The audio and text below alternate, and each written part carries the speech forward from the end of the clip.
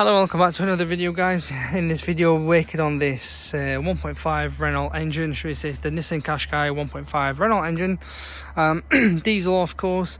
And if you've got the engine management light on in amber and red, and if the car's going in limp mode, you're losing power, in other words DPF issue, AdBlue issue, whatnot. And if it's coming back, forget the bottom one, but it's come back with P1544 temperature sensor upstream of PF3.DEF. So if you're getting that,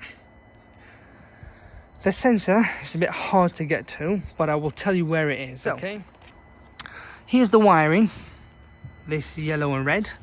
This is the sensor here.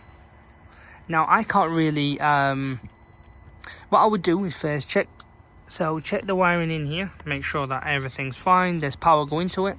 Check the pins in here as well, and check the pins here. But that sensor there, guys, is this one here.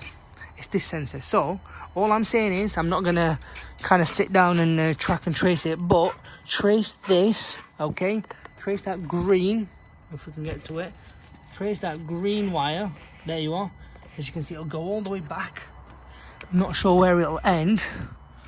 If I can see it, I can see it there myself with my eyes. It goes all the way to the back of the engine here.